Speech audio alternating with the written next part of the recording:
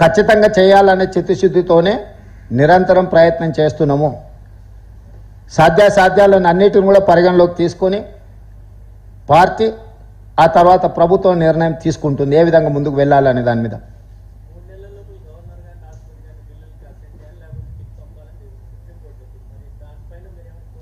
Already కోర్టులోనే ఆ case వాదనలు జరుగుతుంది, వాయిదాలు వేసిండ్రు. అన్ని రాష్ట్రాల చీఫ్ సెక్రటరీలకు రాష్ట్ర ప్రభుత్వాలకి సుప్రీంకోర్టు వాళ్ళ యొక్క స్పందనను చెప్పమని ఆదేశాలు ఇచ్చింది. ఖచ్చితంగా ఈ అంశంలో కేంద్ర పార్టీని సంప్రదించి రాష్ట్ర ప్రభుత్వం యొక్క విధానాన్ని కోర్టుకే తెలియజేయడం జరుగుతుంది. ఏమండి 42% ఎట్లా చేయాలి? ఒకవేళ పార్టీ పరంగా చేయగలం, అఫీషియల్గా చేయడానికి లేకనే చట్టం కదా. ఒకవేళ రాష్ట్ర ప్రభుత్వం పంపించిన బిల్లులను గవర్నర్ గారు ఆమోదించుంటే సమస్యనే లేదు. ఆ బిల్లులను ఆమోదించకుండా గవర్నర్ గారు రాష్ట్రపతికి పంపించారు. అందుకోసం ఢిల్లీ రావాల్సి వచ్చింది. ఇప్పుడు పార్టీ పరంగా ఏ నిర్ణయం తీసుకోవాలి, ప్రభుత్వ పరంగా ఏ నిర్ణయం తీసుకోవాలో పిఏసీలో చర్చిస్తాం. మీరు చెబుతున్నది కూడా మా పరిగణలో ఉన్నది. మేము చిత్తశుద్ధితోనే దీన్ని అమలు చేయాలనుకుంటున్నాము. దానికి అవసరమైన కార్యాచరణ అందరినీ సంప్రదించి, ఎందుకంటే అందరి ముఖ్యమైన నాయకులు, సీనియర్ నాయకులు వి హనుమంతరావు గారు, కేశవరావు గారు, జానారెడ్డి గారు, ఈ విధంగా చాలామంది సీనియర్ లీడర్స్ అందరు కూడా ఉన్నారు. వెనక్కి వెళ్ళిన తర్వాత పిఎస్సి సమావేశాన్ని ఏర్పాటు చేసి అక్కడ కార్యాచరణ, భవిష్యత్ కార్యాచరణను ఏ విధంగా అమలు చేయాలి 42%.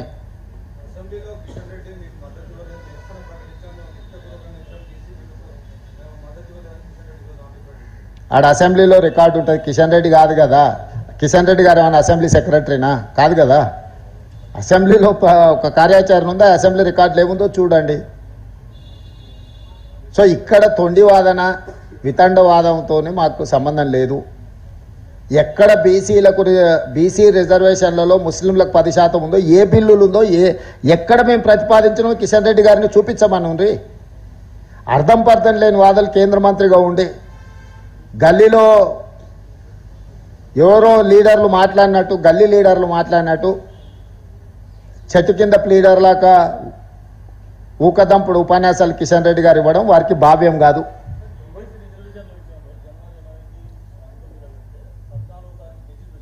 అవును,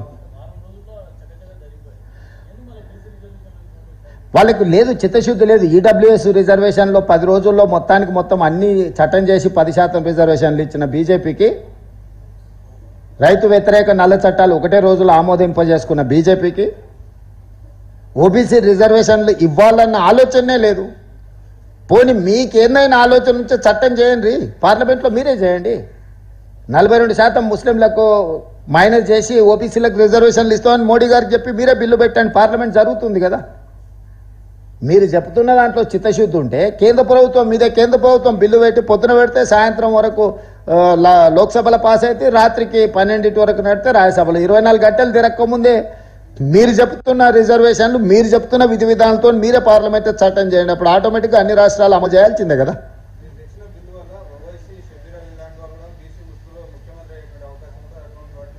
అంటే మైనారిటీలు ఈ దేశంలో ముఖ్యమంత్రులు కాకూడదా?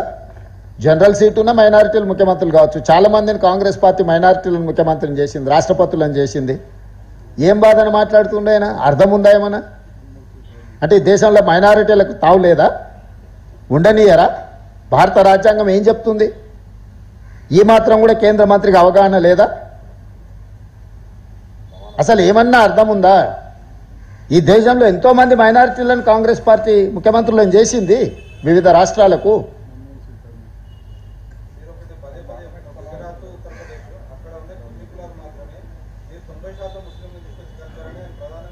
ఇప్పుడు వాళ్ళ బాధ ఎక్కువ కులాలు ఉన్నాయనా, ముస్లింలు ఉన్నారనా ఇందులో? అది ఏందో చెప్పమాను, మీరే నియంత్రించండి. వాళ్ళందరినీ కూడా తొలగించుకుంటే కేంద్రంలో చట్టం చేయండి. మీ చేతిలో ప్రభుత్వం ఉంది, మీరు చట్టాలు చేయొచ్చు, మీరు శాసనాలు చేయొచ్చు, మీరు ఏమేం చేస్తారో చేయండి. మీరు బహానాలు ఎత్తుకండి. మీ బహానాలన్నీ కూడా బీసీలను దెబ్బతీయడానికి ఉపయోగపడుతున్నాయి తప్ప బీసీలకు మేలు జరగడానికి లేదు. నేను సింపుల్గా డిమాండ్ చేస్తున్నా, ఓబీసీ రిజర్వేషన్లు 42% పెంచాలి. ఇది మా విధానం. మీ విధానం ఏందో చెప్పండి, దాని ప్రకారం పార్లమెంట్లో చట్టం చేయండి. మేము మా విధానం ప్రకారం బ్లాంకెట్గా ఎన్ బ్లాక్ రిజర్వేషన్లు ఇచ్చినాం. ఎస్సీలకైనా ఎస్టీలకైనా ఓబీసీలకైనా ఎన్ బ్లాక్ రిజర్వేషన్ ఇచ్చినాం. మీరు అట్లా కాకుండా ఏం చేస్తారో మీరు చెప్పండి. మీరు మీ విధానం ఏందో చెప్పండి. చట్టం చేయండి, పార్లమెంట్లో చర్చ చేయండి. ఎన్నికలు రిజర్వేషన్లు అనేదానికి ఇప్పుడు రాష్ట్రపతి దగ్గర పెండింగ్ ఉన్నది కాబట్టి ఇవన్నీ చర్చలు. ఎన్నికలు ఎవరు నిర్వహించాలనో, ఎన్నికల అధికారులు ఎవరు నిర్వహించాలనో అది తెలుసు. రిజర్వేషన్లు రావు, వస్తే గవర్నర్ గారు ఆమోదిస్తాం. మా పరిధిలో ఉన్న బిల్లులు, శాసనసభ ఆమోదించిన బిల్లులను గవర్నర్ గారు ఆమోదిస్తే పంచాయతీ లేదు. ఆ బిల్లులను ఆమోదించకుండా రాష్ట్రపతి గారికి గవర్నర్ గారు రాష్ట్రపతికి పంపించింది కాబట్టి ఇప్పుడు ఇది చర్చ జరుగుతున్నది.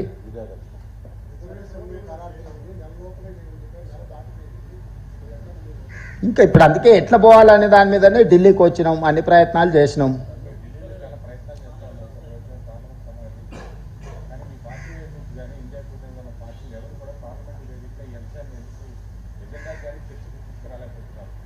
వస్తారు, చాలా విషయాలు పార్లమెంట్లో చర్చ జరుగుతున్నాయి. అడ్జర్న్మెంట్ మోషన్ ఇచ్చిండ్రు, వాళ్ళు ఆమోదించలేదు. అందుకే ఇక్కడ ఎంపీల కూటమి అందరినీ కలిసినాము, వాళ్ళందరూ కూడా ధర్నాకు వచ్చిర్రు. అన్ని ప్రయత్నాలు చేసినాం, వివిధ రకాలుగా ప్రయత్నం చేస్తున్నాము వీటిని పరిష్కరించుకోవడానికి. ఏది ఓవర్ నైట్గా అన్నీ జరగవు. నిన్న ఎన్ని పార్టీలు ఎంతమంది ఎంపీలు వచ్చిరో మీరు చూసిరు కదా. ఎవరే బుర్రలేని మాటలు. రాహుల్ గాంధీ ఖర్గే గారు ఇందిరా భవన్లో వచ్చి కూర్చొని 4 గంటలు కూర్చొని మేము ఇచ్చిన పవర్ పాయింట్ ప్రజెంటేషన్ చూసి దేశానికే సందేశం ఇచ్చారు. This is one of the best model in India, everyone has to follow Telangana model అని చెప్పి ఖర్గే గారు, రాహుల్ గాంధీ గారు సంపూర్ణంగా 4 గంటలు కూర్చొని చెప్పిండ్రు. ఆ తెల్లారి తాల్కటోరటేరియంలో దేశంలో ఉన్న వాళ్ళు అందరినీ పిలిపించి రాహుల్ గాంధీ ఖర్గే గారు మద్దతు ఇచ్చిండ్రు. ఇది ఒక ప్రాసెస్, కంటిన్యూస్ ప్రాసెస్. ప్రతిరోజు ఈయన రాలేదు, అసలు పార్లమెంట్కి రాని ప్రధానమంత్రి గురించి వాళ్ళు ఏం మాట్లాడారు, పెండింగ్ ఉన్న బిల్లుల గురించి ఏం మాట్లాడారు. రోజు వీళ్ళు ఏం పంచాలో వాళ్ళే చెప్తారా. సిబు సోరెన్ గారు చనిపోయిన ఆ కుటుంబాన్ని పరామర్శించడానికి రాహుల్ గాంధీ పోయింది. అక్కడ నుంచి కోర్టులో కేసు పెట్టారు, తప్పుడు కేసు పెట్టిండు కాబట్టి లా అబైడింగ్ సిటిజన్గా కోర్టుకు అటెండ్ చేసిండు రాహుల్ గాంధీ. ఇంత కూడా జ్ఞానం లేకుండా అజ్ఞానులాగా మాట్లాడితే మనం ఏం చేస్తాం, జాలిపడడం తప్ప. అర్థం పర్థం లేని ఆరోపణలు, ఆయన లేడు ఈయన లేడు, వాళ్ళు ఎవరు లేరు. మీకేం రోగం వచ్చింది, మీకు ఏమైనా పెద్ద రోగం వచ్చిందా, మీరు చేయొచ్చు కదా. అడుగుతున్నది మిమ్మల్ని కదా. ఇప్పుడు బీజేపీ వాళ్ళకు ఏమైనా పెద్ద రోగం వచ్చిందా, ఎందుకు చేస్తలేరు?